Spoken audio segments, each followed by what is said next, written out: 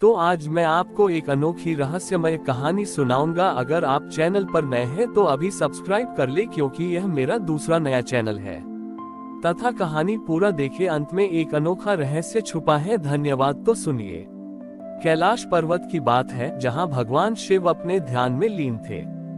माता पार्वती उनके पास बैठी थीं, पर उनके मन में कुछ उथल पुथल थी।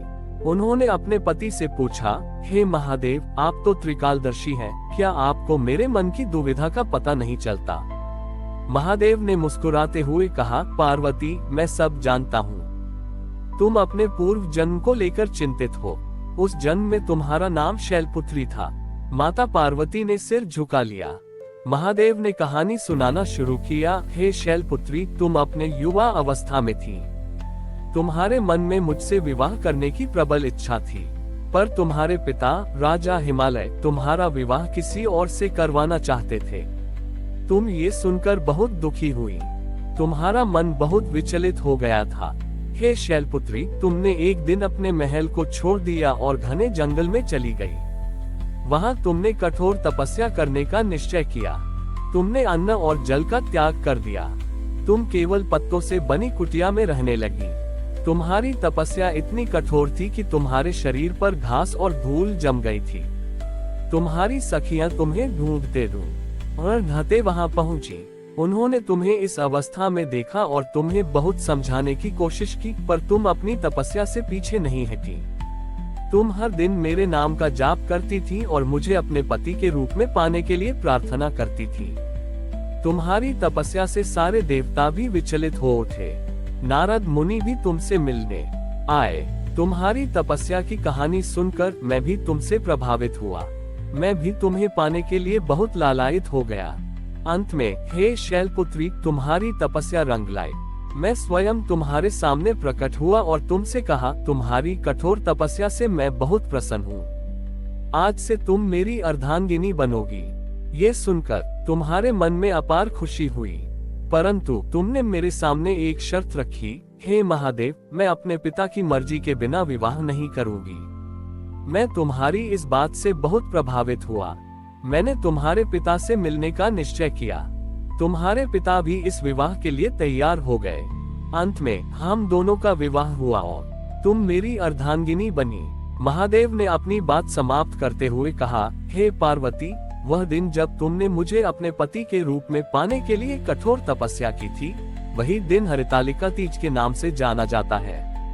इस दिन जो भी स्त्री सच्चे मन से व्रत रखती है, उसे अखंड सौभाग्य की प्राप्ति होती है। माता पार्वती ने महादेव की बात सुनकर उनके चरणों में सिर रख दिया। उस दिन से हरितालिका तीज व्रत की शुरुआत हुई और यह आज भी सुहागिन स्त्रियों के लिए सबसे पवित्र और महत्वपूर्ण व्रतों में से एक है। महादेव की बात सुनकर माता पार्वती ने उनसे कहा, हे महादेव, आपने मेरी कहानी तो बता दी, पर यह कहानी पूरी नहीं है। मेरी तपस्या के बाद भी मुझे आपसे विवाह करने में कई बाधाओं का सामना करना पड़ा। क्या आप उस कथा को भी सुनाएंगे? महादेव मुस्कुराए और बोले, प्रिय पार्वती, तुम्हारी इच्छा ही मेरी आज्ञा है। तुम्हारी कठोर तपस्या के बाद जब मैं तुम्हें वरदान देकर अंतर्धान हो गया, तब तुम अपने घर लौट आई। तुम्हारे पिता राजा हिमालय तुम्हें देखकर बहुत प्रसन्न हुए, पर उन्हें तुम्हारी तपस्या का रहस्य नहीं पता था। जब तुमने उन्हें बताया कि तुमने मुझसे विवाह करने के लिए तपस्या की है, तो वे बहुत चिंतित हो गए। महादेव ने कहानी जारी रखी। तुम्हारे पिता को मेरी वेशभूषा और मेरे भस्म रमे शरीर पर संदेह हुआ। उन्होंने सोचा कि एक साधारण तपस्वी से उनकी पुत्री का विवाह कैसे हो सकता है। वे चिंतित थे कि उनकी पुत्री का भविष्य मेरे साथ कैसा होगा। उन्होंने तुमसे कहा, पुत्री, तुम मेरी सबसे प्रिय हो, पर मैं तुम्हें एक ऐसे व्यक्ति के साथ नहीं भेज सकता जिसका कोई घर बार नहीं है। वे तुम्हें विवाह के लिए किसी और राजकुमार से मिलाने लगे। तुम्हें ये सुनकर बहुत दुख हुआ। तुमने अपने पिता को समझाने की बहुत कोशिश की, पर वे नहीं माने। जब मैंने ये देखा तो मैंने नारद मुनि को तुम्हारे पास भेजा। नारद मुनि ने तुम्हारे पिता से मेरे बारे में बात की और उन्हें मेरे त्रिलोक स्वामी होने का रहस्य बताया।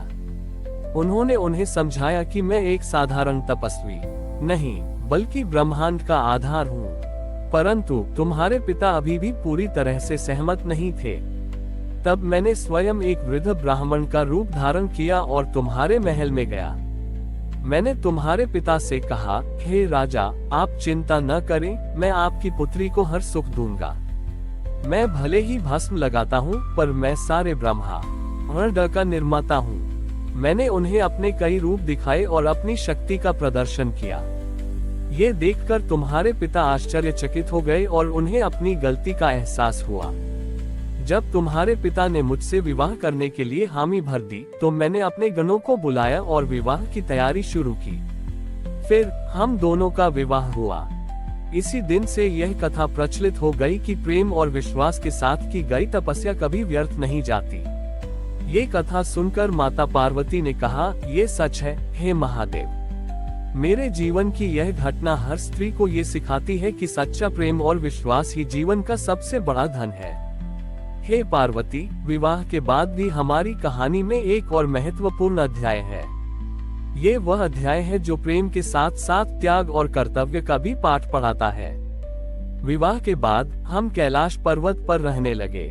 सब कुछ बहुत सुखद था, पर तुम्हारे मन में एक बात थी जो तुम्हें बेचैन कर रही थी। तुमने मुझसे कहा, हे महादेव, मेरा मन शांत नहीं है।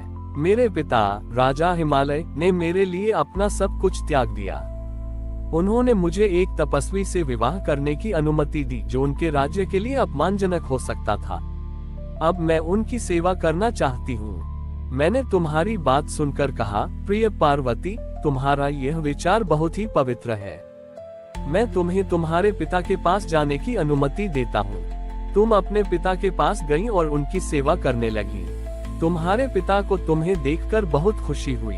तुमने उन्हें अपने हाथों से खाना खिलाया, उनके पैर दबाए और उनका ध्यान रखा। तुम्हारी सेवा और भक्ति को देखकर तुम्हारे पिता को एहसास हुआ कि उन्होंने कितना पवित्र और महान वरदान दिया है।